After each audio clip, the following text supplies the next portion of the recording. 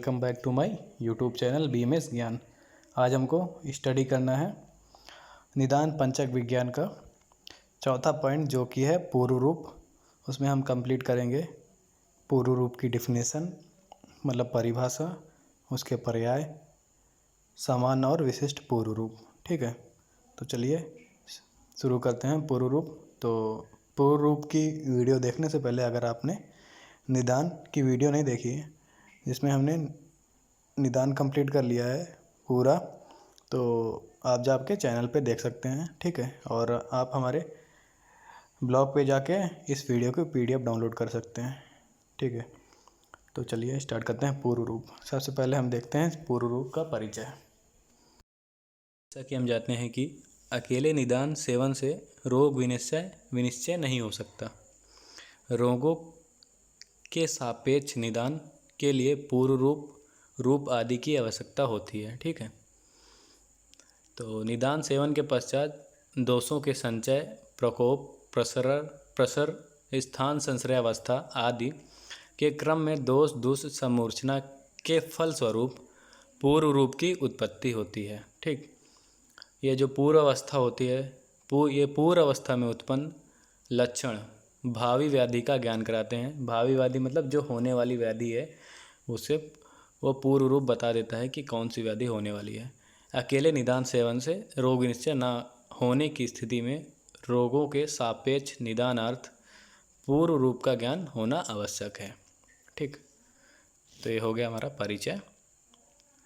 क्योंकि अकेले निदान से हमारा जो रोगों का विनिश्चय होता है, वो रोग का विनिश्चय हम नहीं कर सकते, इसलिए हमें पूर्व रूप आदि अवस्थाओं का ज्ञान होना जरूरी है। अब हम देखते हैं पूर्व रूप की परिभाषा।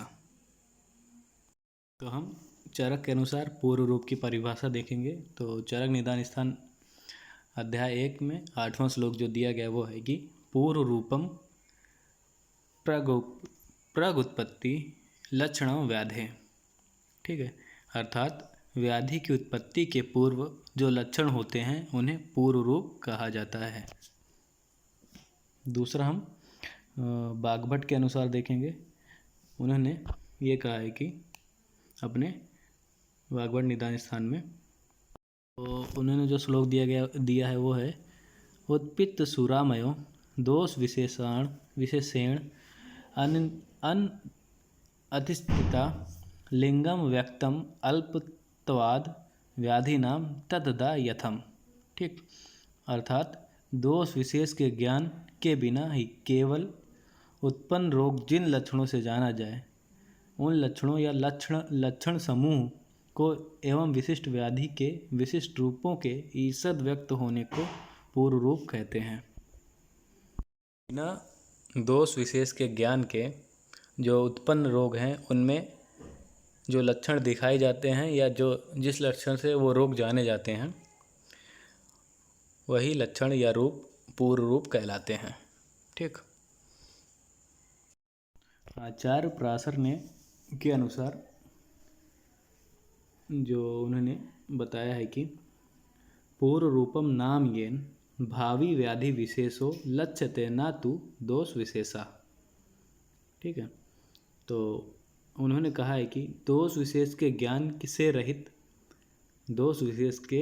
से रहित भावी व्याधि, जो होने वाली व्याधि है, जिस लक्षण समूह से प्रतीत हो, उसे पूर्व रूप या सामान्य रूप कहते हैं। ठीक है,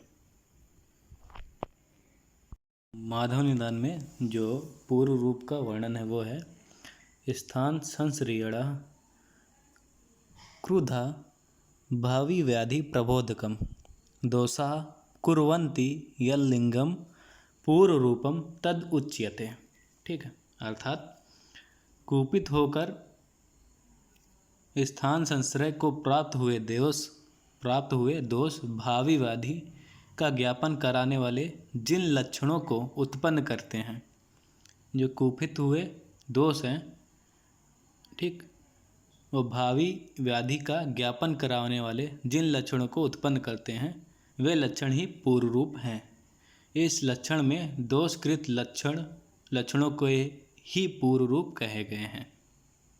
यहाँ पे दोषकृत लक्षणों का मीनिंग है कि जो दोष द्वारा उत्पन्न लक्षण है, ठीक है, वही है दोषकृत लक्षण और वही पूर्व रूप कहलाएंगे।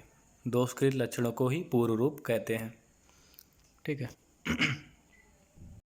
आचार्य सुश्रुत ने पूर्व रूप का वर्णन षट क्रियाकाल से संबंधित बताया है। उन्होंने कहा है कि दोषों की जो उत्तरोत्तर वृद्धि के, उन्होंने बताया है कि दोषों की उत्तरोत्तर वृद्धि के 6 भेद बताए हैं।